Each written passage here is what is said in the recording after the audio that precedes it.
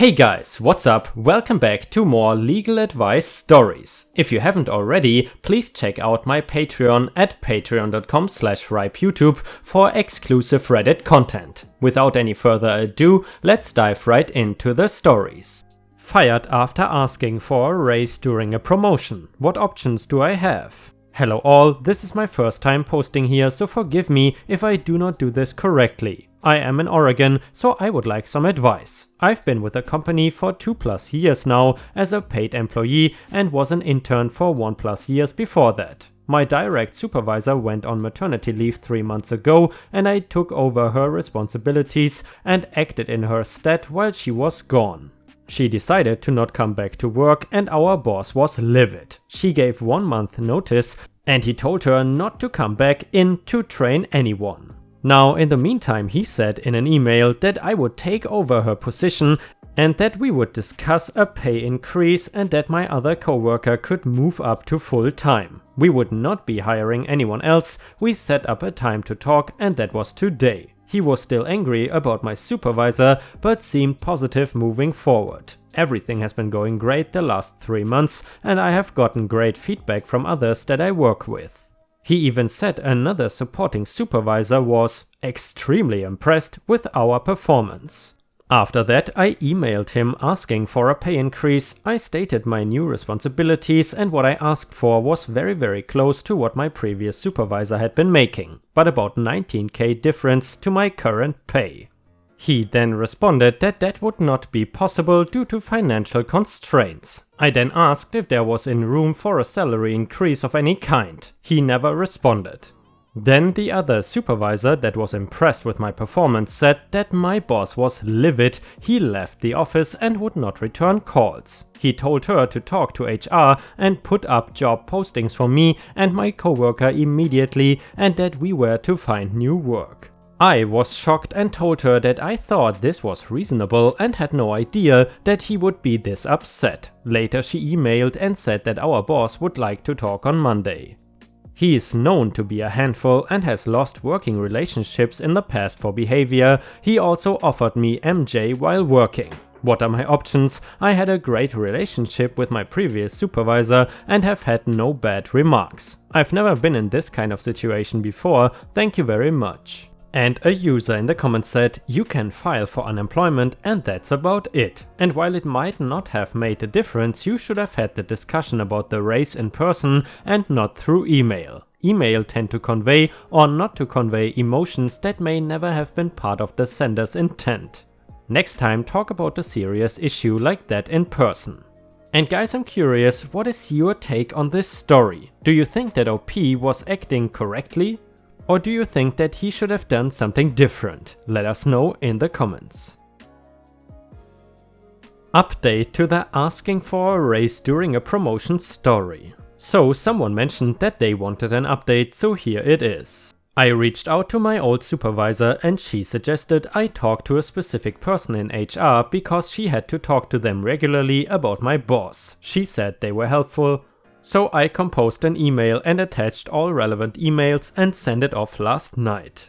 Another coworker had been copied on some of the other emails between my boss and myself, reached out to me to express his sympathies with how my boss was acting. He said that he really appreciated the work I did and the project would not be able to run without me, and my boss was scared I would leave because I felt so underpaid. This morning, HR called me and we had a good discussion. He said that my boss had done nothing illegal, but this is who he is. He brings in a lot of money to the company because he's very talented at his job, and no matter how many times they try to tell him he cannot do this, things like this happen frequently. The HR guy gave me some recommendations for how I should talk with him if I still wanted the promotion, but said that my boss would probably never change. Not long after that, my boss called. He was extremely apologetic and explained some funding situations that I was previously kept in the dark about and said, "And I wanted to let you know that I am impressed that you stood up for yourself. Not many people do that. I apologize, this was not handled better." He offered me a raise, much smaller, but still generous. He wanted me to promise I would stay until the project is up, and I stated that currently I do not have plans to leave this position. My coworker is also not being fired, so that is the update. And a user in the comments said, from personal experience, I warn you that working for a boss that acts like this when stressed or angry or constantly requires HR to rein in his behavior is bad in terms of a career. You should look for a new job or transfer to a different boss. And guys, if you have watched until here, please don't forget to post some star emojis in the comments and also like the video if you want to support me. In addition, YouTube might ask you whether you enjoy the video or whether you like the suggestions they give you or whatever, and if you affirm that, then basically you would do me a huge favor. So in case YouTube asks you whether you enjoy the video, I would really be happy if you could say yes. And the next one is titled, I think I may have a legitimate case for adverse possession. And I suppose AL stands for Atlanta. Please correct me if I'm wrong, at some point I will get these right. Either way, I will keep this short and simple. 15 years ago I started dating my late fiancé, who lived in a trailer on 3 acres of land, both owned by his mother. His mother hated me and explicitly told me that I am not allowed on her property and that I was not allowed to visit my fiancé. She lived in another house that she owned several hours away. My fiancé became ill and also passed away in 2002, and I had been staying with him off and on for a few months at that point. After he passed, I was depressed and lost my job. I could not afford to pay the rent on my apartment, therefore I just stayed in the trailer. A few years passed and I never saw his mother or another person come onto the land. I looked her up and found out that she moved into a nursing home outside of the state and figured that she would not be able to come visit the small plot of land. That turned out to be true, and it has been over 10 years at this point. Do I have a legitimate case for adverse possession? I have made several repairs to the trailer and I've been receiving my mail at this address for over a decade. Unfortunately guys, there was no advice to be found anymore for this one because everything was deleted, but in case you have any good advice, let us hear in the comments. And an update to the adverse possession story. I decided to update because I consulted a lawyer and he said I could post the answer here if I wanted to. As one commenter predicted, this has been solved outside of the courts and through talking. I had listened to what some of you all posted about figuring out if I had been paying the property taxes for the entire time I've been staying here. I went back and checked the bank records and discovered that my name was in fact listed on all of the property tax payments. I decided to contact the lawyer with my proof, and the lawyer then advised me that I most likely would not win a case for adverse possession because I most likely would not meet the requirements for hostility. This did not mean that it was not possible for me to win, it was just highly unlikely. Instead, the lawyer was able to get in contact with my late fiancé's mother. To my surprise, she called me on the phone and apologized for the hostility between us, and she said that it was obvious that I was still dedicated to her son after all of these years. She and I had a long talk, and she agreed to leave the land to me upon her passing under the condition that I maintain the property until that point. The lawyer will be assisting us both with the paperwork. So that's it, we have forgiven each other and resolved the problem through a simple phone call. And guys, at least for me, that is for once a welcome change in these legal advice stories, because yes, not everything needs to be handled in court. Sometimes you can just talk to someone to solve an issue. Because guys, I gotta admit, I have noticed now in many legal advice stories that people jump very quickly to the sue him, sue her, do everything in court, but sometimes it is enough if you just talk to people. Either way, let us continue with the stories, and furthermore, please let me know in the comments if you still enjoy r/legal advice. And the last one is titled, Bar took real driver's license on account it was fake and has not given it/mailed it back. I went to a bar. When I drink, I only keep an ID and a debit card on me. When the bouncer carded me, he asked if I had any other form of ID. I had just lost my debit card on the walk there, but thought I would dance a bit anyway. He denied me, so he kept the license. I was a little tipsy from a few drinks and naive, so I thought whatever, I will go look for my debit card around where I was walking and come back to show the bouncer or just get it back later. I did not find it and I came back. I asked the bouncer, he said, no, talk to the manager. I called the manager, she said, we don't have it. I talked to a police car outside, they said call the police station, they might have it. I called the police station, they said they don't have it, I felt defeated and called it a night.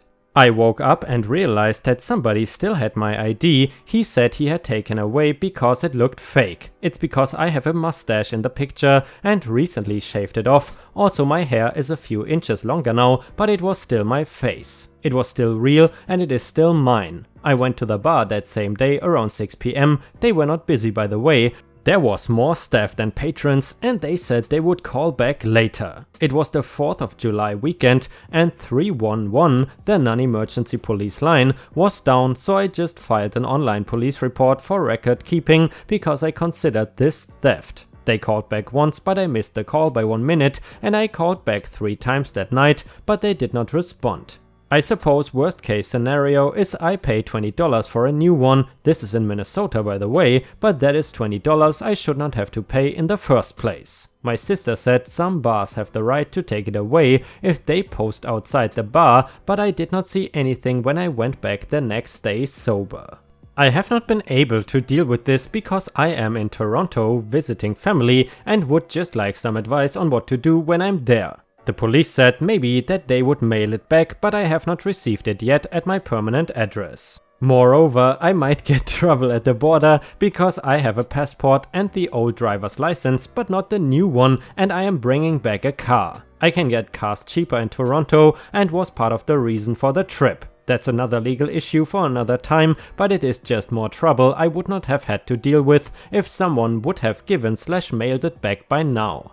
I even could have had it mailed to my home, then have someone else mail it to Canada, and I would have let it go.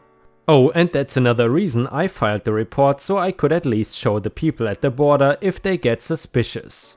I was a little naive in all this, thinking if I show proper evidence is mine, I brought my passport to the bar, everything would be fine. Then I've been waiting, being patient, thinking, oh, the bar will mail it back, or at least send it to the police who will. I also could have been more careful, especially right before an international trip where I would have needed it, but I wasn't, and it does not excuse that someone still has my license almost 1 month later.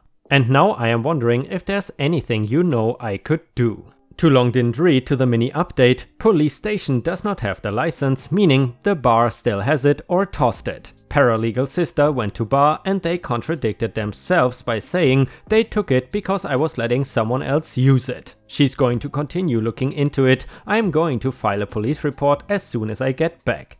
And a user in the comments said, if you do end up needing to get a new one, make sure you file a police report for a stolen driver's license. If it were me, I would go down to the bar during daylight hours, explain what happened to the manager, and if they give you any trouble, call the police non-emergency line and report that someone has taken your ID and refuses to return it. The cops will be super pissed at the bar for making them come out for this nonsense. Most bouncers I've worked with as a bartender are not the brightest people in the world and they cannot take your ID. What they can do is hold it until the police come if you want to make a fuss about it. This advice is the best option. The manager or owner will make sure you get your ID back and will tell the bouncer not to do that in the future. And guys, I'm curious, has anyone ever stolen or just taken away personal documents from you? To be honest, if someone would just take away my ID, I would probably freak out. If you have a story to tell, please feel free to let us know in the comments or on r/ripestories. Update to the bar license story. By the way guys, how would you like it if I read the stories with a deep voice like this? I left Toronto last Wednesday at 1 PM ET. Got to Minneapolis around 9 AM CT Thursday morning, and the same evening I called the police and asked if they could meet me in front of the poorhouse. I explained it to them and they talked to the bouncers for a minute, and then the policeman explained that there was nothing they could do. They said that if they sent it to the police station, they get hundreds of them and they were probably tossed somewhere or something. So I just went and got a new license the next day and filed to put a flag on my driving record that my license was stolen in case any identity theft occurs. Edit, one more thing I forgot to mention that might be important to this story. My sister called the Attorney General when I was still in Toronto, and he said, because this is concerning criminal activities like theft, that I would have to take it to the police, so I did. So yep, it ends like that. Maybe I would drag this out a little longer, but I am moving to Seattle in a week, so time would not permit that, and I need the license to cross state borders. I'm also going to give them hell on their online reviews. Too long didn't read. For people who did not really understand the story, cops could not do anything, so I just got a new license. Gonna give the bar hell on their online reviews. Never mind, I let it slip in the third paragraph if you want to know which bar. This was a good wake-up call and life lesson. Thanks again, you guys are wonderful. And guys, honestly, if that would ever happen to OP again, I would suggest that he should demand his card back immediately. Also, you should get the police involved because keeping an ID, real or fake, is theft. Bars usually don't have any authority to confiscate IDs or even prove if an ID is real or fake. They can only guess that it is or is not and refuse service based on that. If someone takes your real ID, you should call the police immediately if you ask me. Bars think they can confiscate fakes because an underage person won't really make a fuss about it in most cases. But seriously, they can get into some serious legal issues for taking your real ID. I have seen it happen in real life, and that is certainly no joke. Either way guys, thank you so much for watching, and please don't forget, if YouTube asks you whether you enjoyed the video, please click yes. That is very important for the new YouTube algorithm, because they are making big changes right now. And in addition, if you ever get suggested a video of mine on another Reddit reader's video, it would also be helpful to say yes when they ask you about whether you like the suggestions or not. Thank you very much in advance, and I hope to see you again tomorrow.